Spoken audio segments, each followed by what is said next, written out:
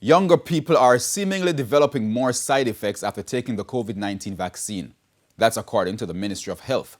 It says in the latest weekly report, the majority of the mild to serious side effects are among those in the 18 to 35 age group. Jamaica Maitland tells us more. It's called the events supposedly attributable to vaccination or immunization is Saviform. The Ministry of Health says since the rollout of the COVID-19 vaccination program in March, it has received 738 ISAV reports from the public about possible side effects since taking the drug.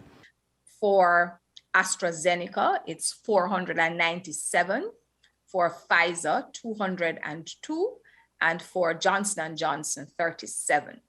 So we have classified that 738 into what may be deemed as serious and requiring investigation.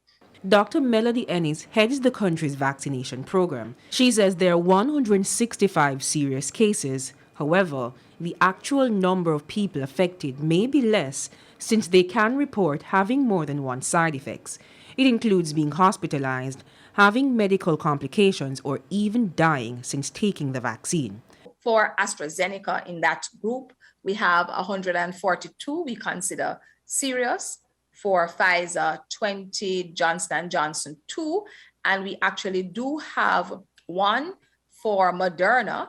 And this, of course, is someone who would have received the Moderna outside of country, came home and got very sick. 5 Jamaicans have reported the very rare but serious anaphylactic shock, all of whom Dr. Ennis says are now doing well. 4 people developed Bell's palsy, which causes muscle weakening or paralysis of the face, while 21 people reported thrombosis. The symptoms developed after taking the AstraZeneca vaccine, except for one of the anaphylactic victims who took Pfizer. Let us be clear that this is different from the clot that is ascribed to AstraZeneca, which is a clot with a low platelet count or that blood type that allows for clotting. So we haven't seen any thrombosis with clots with low platelets, but we have seen 21 thrombotic events. But according to Dr. Ennis, the figures represent less than 1 in every 100,000 Jamaicans who take the vaccine and develop anaphylactic shock or Bell's palsy, while almost 3 in every 100,000 develop thrombosis. Of concern is that the side effects are being reported among the 18 to 36 age group. I do not have the age breakdown. I'm scanning to see if I do.